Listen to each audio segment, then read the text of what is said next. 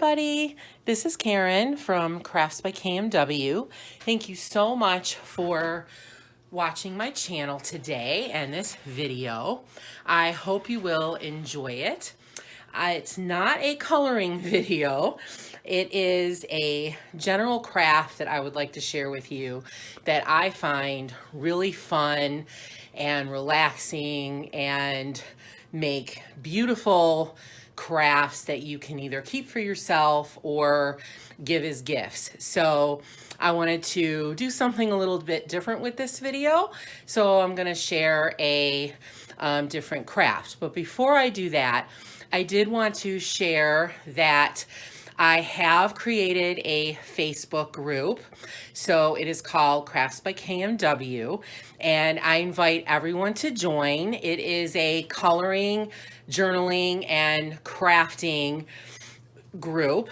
And it's a private group, so you do need to read the rules, accept them, and then wait for me to let you in. But I usually do that pretty quickly.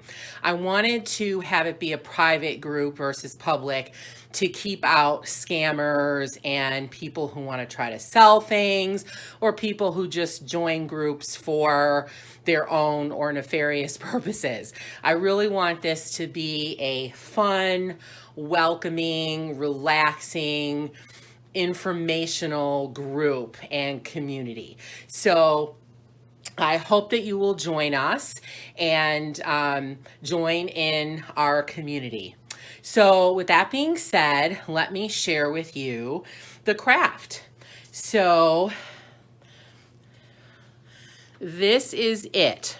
So this is a printer's box that I have created. And if you've never seen printer's boxes before, they're also called collection boxes. Some are not necessarily printer's boxes, and I'll explain that in a minute.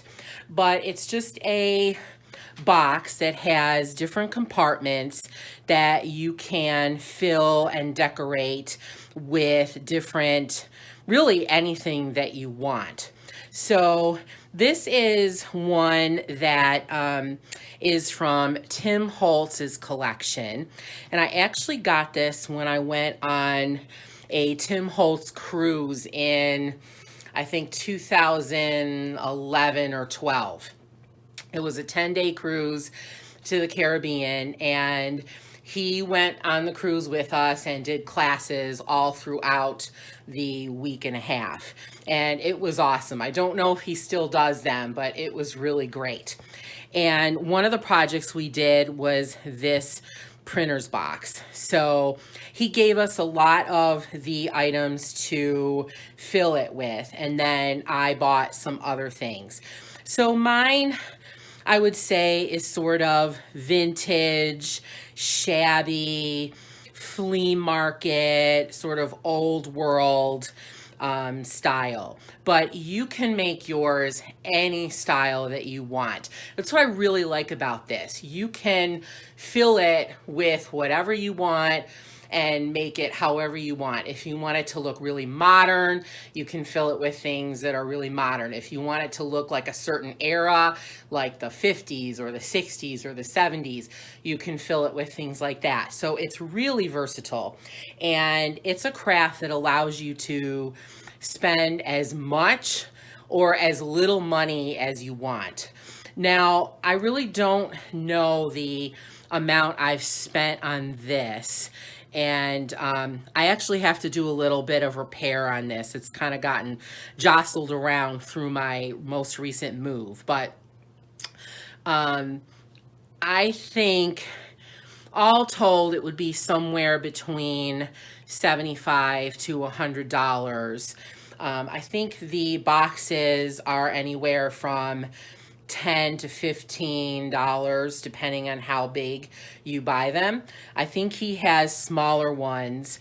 I'm not sure if he has larger ones than this, but there's many manufacturers that make these boxes.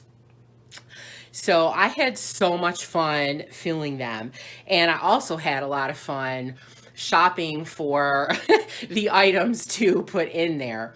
Now, I really didn't use much memorabilia in mine in this one, but I have a few others that I'm going to show you that I'm going to make more like memory boxes and put artifacts in there, like if I have movie tickets or sports tickets or just anything from events, pictures, anything else that I would like to preserve. I'm going to use my other two boxes to showcase those. So let me show you the next one. Now this one is not going to all fit on the screen, but it's pretty large. I can't really enlarge it too much more. So this is about it. But this is more what I would call a collection box. So this was made to display collectibles. It's not really a printer's box. The printer's boxes were used in the late 1800s to early 1900s in the printing companies for the printing presses. So they would keep letters, all of the tools, the inks, different things in there, and they would hang on the walls. My great uncle Otto was a printer in his early career, and he would sometimes bring some of these boxes, the real ones, home to my great aunt for her to use for decorative items in their home.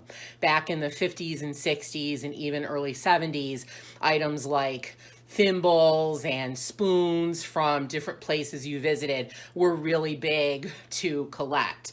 So I think this was made for that purpose, but this will make an awesome memory box. And this one I want to use for photos and memorabilia. I have my mom's baby shoes and my dad's baby shoes, and I want to put them in these larger compartments like this one. There's another one up here that you can't really see. So I want to put those in there. I have locks of my parents' hair that I want to put in here. So I think this one will be a really cool memory box for me. And then I have one more. This one is really long and thin. And again, this one's not going to fit totally on camera, but I'll try to move it. Oh, I have it upside down. Hold on one second. Okay, well, I fixed that. All right, so this one I have started. I'm not finished with this one. This one is an actual printer's box. It was my great aunt that my great uncle brought home for her from the printer shop. And this one is in remarkable condition considering that it's well over 100 years old. There's no ink or anything inside any of the spaces. It was used for the parts and things that were clean and ready to use, according to my great uncle. So let me move this over a little bit so you can get a sense of what the other side looks like. So this one, again, I'm making very vintage, very old world, sort of a little bit farmhouse, a little bit flea market. So I have a few more areas to fill. As you can see, I have some spots that I have nothing in yet. So this one has a lot to go. And as you can see, I do put some things on the edges as well. I may even decide to cover some of the edges with a little bit of washi tape or letters. I'm not totally sure, but this one is huge. So, and I really love this one because it is actually a real printer's box from a real printer shop. So this one really means a lot to me. So I'm excited to finish this one. So I hope that you enjoyed this video and that you got inspired by this project. Like I said, it's easy, it's fun. You don't need any special tools or materials other than anything you want to go inside and glue. You don't need any special knowledge. You can spend as much money or as little money as you want and get a beautiful, beautiful outcome. I would say on this one, I've probably spent maybe $50 already, but I'm not going to spend any more money because I have pretty much everything now that I want to use to fill it. So that's going to be about it. So that's really not an expensive craft. And they make awesome gifts too, especially if you really tailor it to the person that you're giving it to. I've made some small ones for my mom and for my grandma, and they absolutely loved them. So I hope you liked this video, and if you liked it, please give it a thumbs up. It really helps. And if you are a subscriber, thank you so much. I'd love to see your comments on this video. If you're not, please consider subscribing to get more videos like this, to get book flip throughs, tutorials, and color alongs, and supply hauls. I'm actually going to be doing some book flip throughs in the coming weeks. I have several new coloring books in my Amazon cart that I should be purchasing pretty soon. So those will be coming up. So I look forward to sharing those with you.